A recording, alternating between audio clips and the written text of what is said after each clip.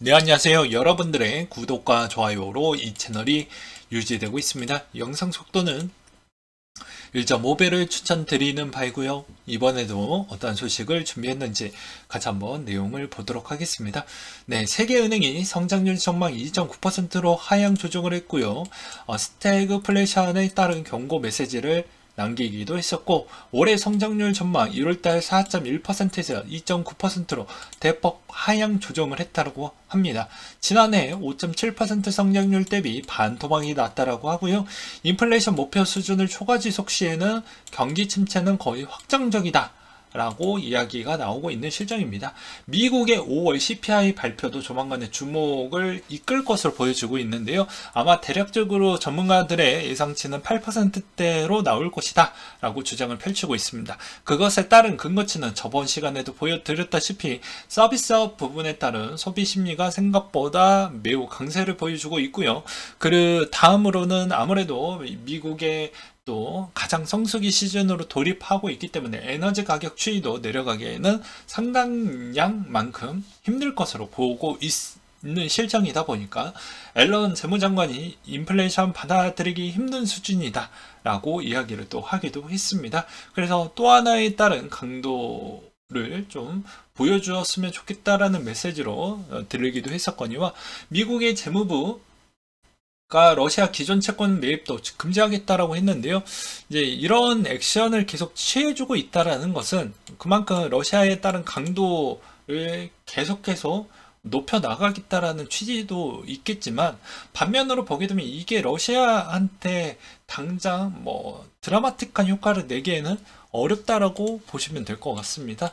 중국의 봉쇄 해제로 수요 증가 전망이 뭐 보여준다라는 내용이 또 나와주기도 했었는데요. 그냥 어느 정도 회복세를 그냥 가져가고 있다 정도로만 봐주셨으면 좋겠고, 이제 베이징 부분도 일단 조건부로 가져가고 있기 때문에 그나마 가을에서 겨울 부분도 넘어가면 넘어갈수록 괜찮아지지 않겠냐라고 이야기가 나오고 있는 실정입니다. 오펙 플러스 증산량이 러시아 공급 부족이 채우기 어렵다라는 이야기도 뭐 저번 시간에도 설명을 드리기도 했었죠. 그렇기 때문에 이번에 있는 이런 생산량 충당을 할 수 있을 만한 여력이 또 약간 대충 그려 보았을 때, 계산적으로 따져 보았을 때 이게 어렵다라고 또 보여지다 보니까 또 유가에 따른 자극 요소를 또 반영이 된 부분이 없지 않아 있었고요. 골드만삭스는 3분기 브렌트유 가격이 140달러까지 갈 수 있다라는 전망치를 또 내놓기도 했습니다. 근데 이게 140달러대까지 만약에 가게 된다고 하면 이제 과거 대비를 좀 봐볼 필요성이 있겠죠. 뭐 보게 되면 96%, 140%, 97% 과거에 역사적으로 이렇게 많이 올라갔었을 때, 특히나 2배 상승한 경우에는 항상 침체가 뒤따랐다라는 결과값이 있었다. 지금의 70% 정도에서 놀고 있는데, 이게 항상 현재 진행형이기 때문에 가장 피크 타임 때 이제 여름 시즌을 넘어가는 시점에서 유가에 따른 방향성이 어느 정도에 멈출 것인지도 좀 바라볼 필요성이 있을 것 같습니다.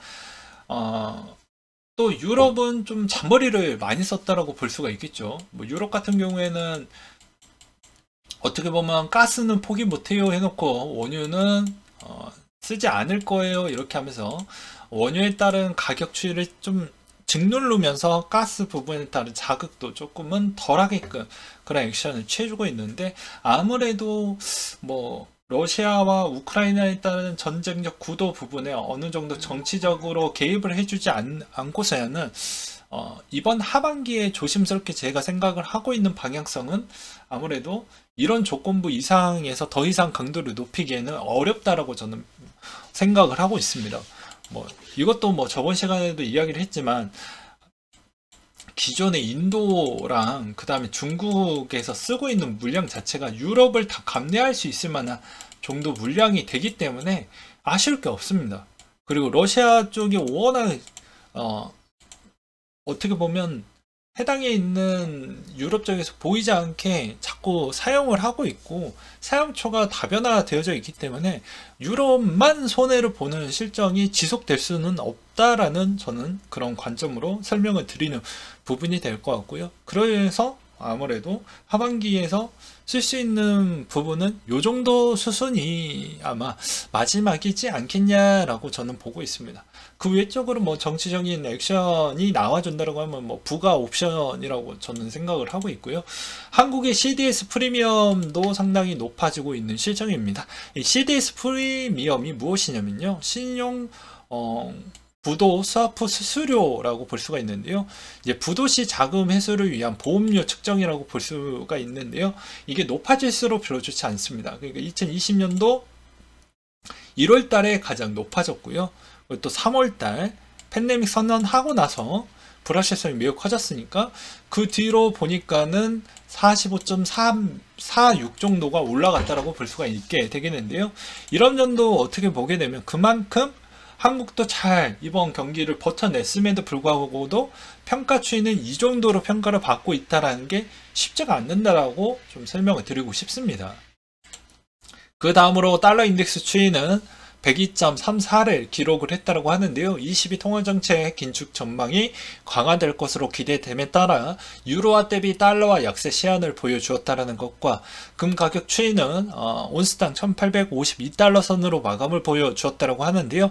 글로벌 달러화가 여전히 제한적인 강세 흐름을 유지하고 있는 가운데 발표되는 미 5월 CPI 결과에 대한 경기 심리 등의 방향성이 없는 등락을 지속했다라고 볼 수가 있겠고요. 유가는 0.77% 상승한 배럴당 119.4달러 선으로 마감을 보여주었다고 합니다. 사우디 아람코 판매 인상이 이루어진 가운데 중국 봉쇄 조치 완화로 원유 수요 증가가 될 것이다라는 기대감으로 더 올라갈 수 있는 여지가 이제 더 있지 않겠냐라고 나오고 있고요. 크루그먼이 가상자산은 사기이다. 아무 역할이 필요 없다. 뭐 이런 이야기가 좀 나온 게 있었고 상당히 안 좋은 스테이블 코인에 따른 안 좋은 이야기를 또 많이 하기도 했습니다. 그래서 스테이블 코인에 따른 규제 부분도 강도를 더욱더 높이 가져갈 필요성이 있다라는 이야기가 또 나와주고 있었고요.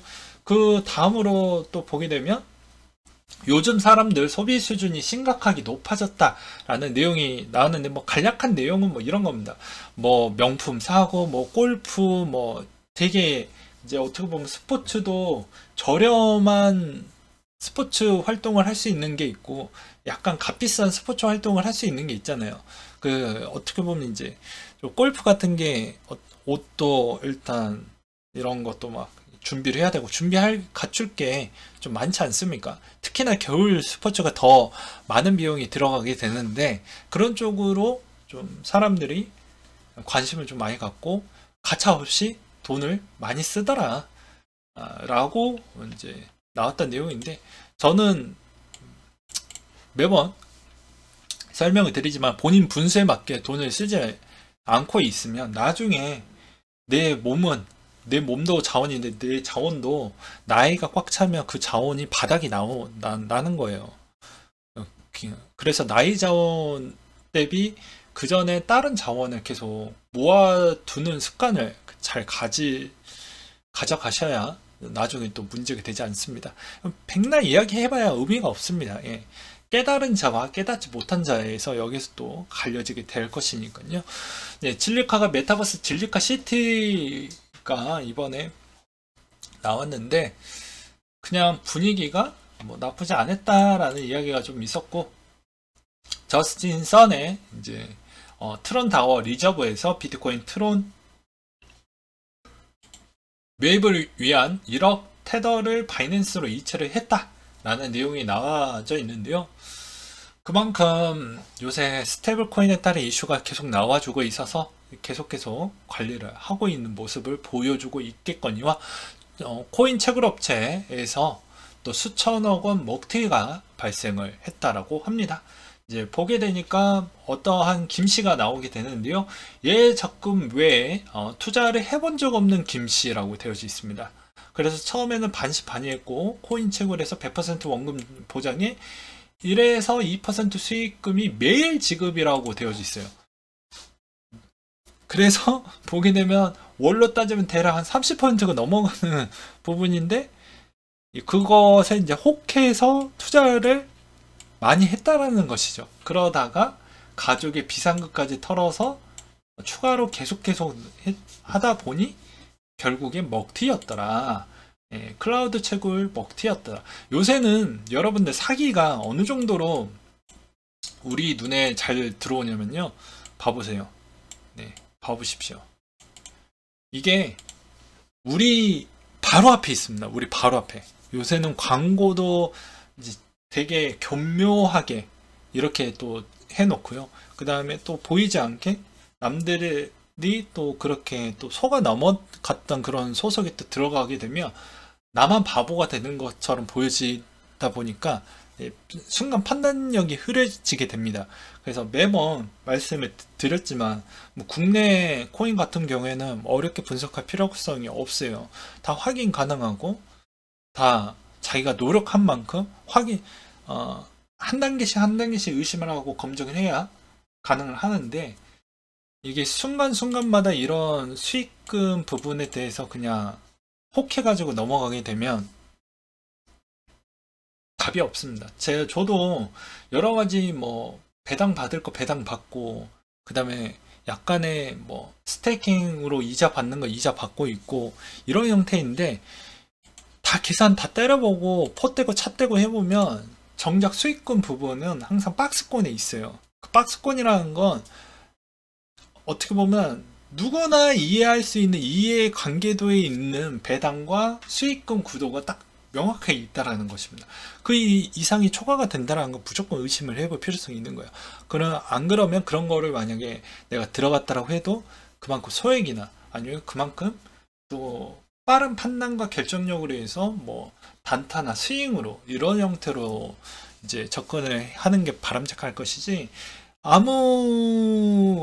뭐 예를 들어서 내가 투자했던 그런 지식도 생각보다 경험치도 적고 하면 차라리 안 하는 걸 더 추천을 드리는 부분이 좀 될 것 같습니다. 오아시스 네트워크 뭐 테더 디패깅이 뭐 발생을 했다라는 내용이 또 나와준 게 있었고요. 바이낸스 불법 자금 세탁 수단으로 바이낸스가 이용되었다라는 주장에 대한 제기가 나오고 있는데요. 이거는 뭐 나올 수밖에 없습니다. 왜냐면 중간 거래처 부분으로서 쓰이게 되면 너희도 어차피 그만큼 책임이 있다, 이런 형태로 몰아버리면 끝나버리기 때문이죠. 그래서 저것을 얼마나 모면을 할 것이냐, 얼마나 더 잘 확인하고 어떻게 떼어낼 수 있을 거냐, 이건 쉽지는 않을 것으로 보여집니다. 그래서 상당한 꼬리표가 계속 지속될 것으로 보고 있고요. 서클의 폴리곤 기반의 USDC가 지원을 해준다라는 것과, 그 다음에 무기한 선물의 시장과 매수 매도 비율이 급증을 하고 있다라고 해서, 뭐 저번 실시간 방송 최근 현충일 때 제가 거의 막바지 때 제가 청산 차트 가지고도 이야기를 드리기도 했었죠.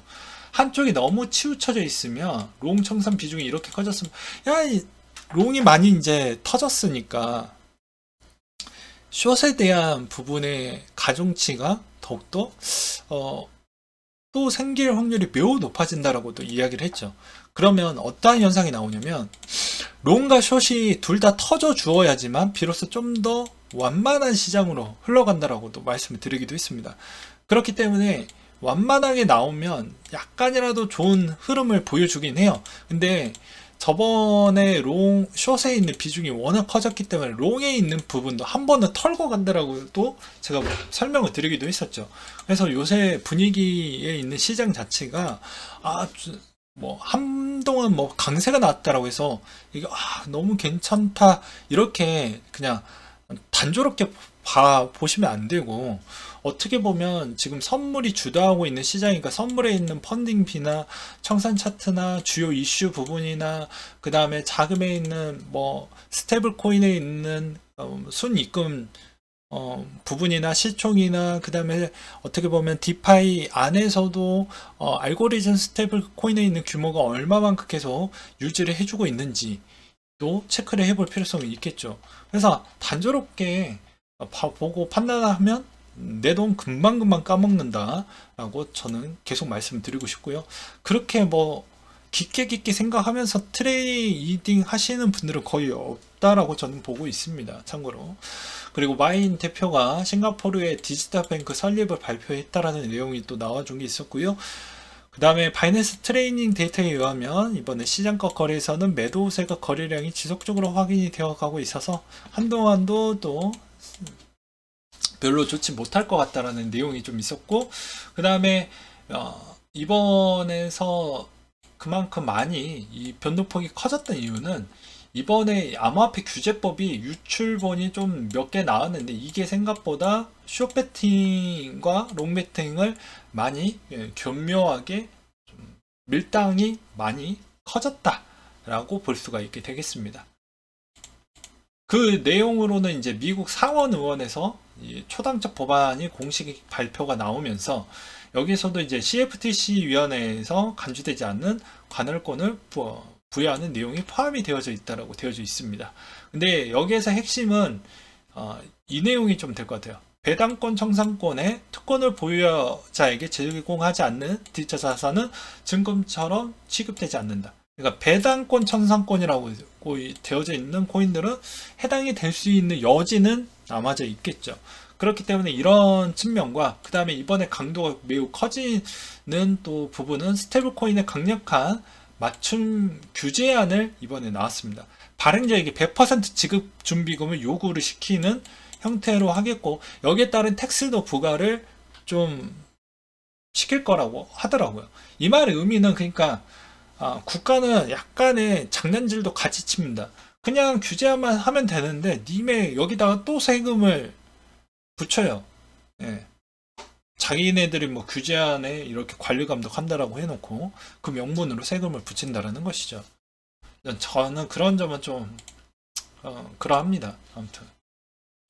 그리고 업비트 금융위원회에서 종합감사에서 중대 위반 사항이 적발이 됐다고 하는데요. 이게 못해도 이번 주나 뭐 다음 주 주중에 나온다고 합니다. 근데 이번에 금감원장이 이번에 이복현 씨가 딱 안 쳤죠. 그래서 이복현 씨가 생각보다 이런 거 잘 터는 전문가라고 합니다. 근데 대부분 뭐 어떤 기자분이 뭐 이런 타이틀을 뽑았어요. 금융 감독보다 처벌에 집중에 우려가 된다. 뭐 미친 소리인지는 모르겠지만 저는 매우 객관적이고 중립적으로 한번 보도록 하겠습니다. 아니 금감원이 감독하고 그런 시행조치나 이런 쪽으로만 하는 건 맞아요. 근데 본인의 하고 있는 관할 부처에서 하는 측면에 있는 그 취지가 무엇입니까? 그만큼 금융 피해 부분을 좀 줄이고자 하는 그런 감독을 더 열심히 하는 거잖아요. 근데 감독보다 처벌에 집중에 우려가 된다? 이건 말장난이다라고 저는 생각이 듭니다. 반대를 위한 반대라는 발언을 위해서 저런 내용이 나온 것인지는 모르겠지만 오히려 이렇게 강도를 높여서 진행을 하는 게 전 맞다라고 보고 있거든요.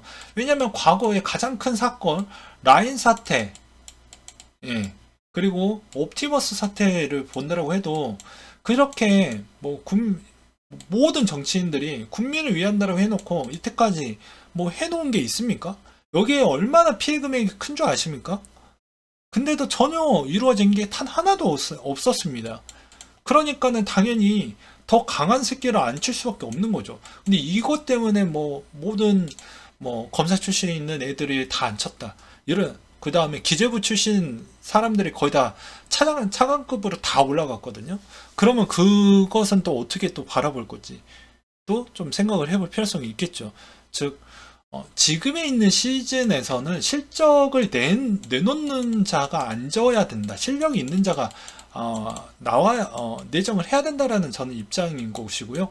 그 결과는 조만간에 좀 나오지 않겠냐라고 보고 있는 입장입니다. 그래서 그런 점을 좀 말씀드리고 싶고, 그 다음에 코인으로 본다라고 해도 아무래도 이쪽의 강도가 이렇게 심하게 들어갈 확률이 매우 높아지기 때문에 지금 메인 주제는 증권 쪽으로 좀 많은 규제와 이런 문제점을 자리 잡기 위해서 이런 강도에 있는 그런 집행기관들에 있는 사람들의 좀 센 사람들을 좀 내정시켰다라고 그렇게 나오고 있습니다. 근데 이게 코인에도 충분히 전가될 수 있다. 왜냐, 테라 사태가 좀 커졌기 때문에 저는 그렇게 좀 보고 있습니다. 그래서 어떤 뭐 너는 뭐 여냐, 야에 있는 야권의 뭐 그런 뭐 색깔론을 이야기하는 거냐, 전혀 그런 측면으로 이야기한 건 아니고 이 코인과 비롯을 해서 설명을 드렸던 부분입니다.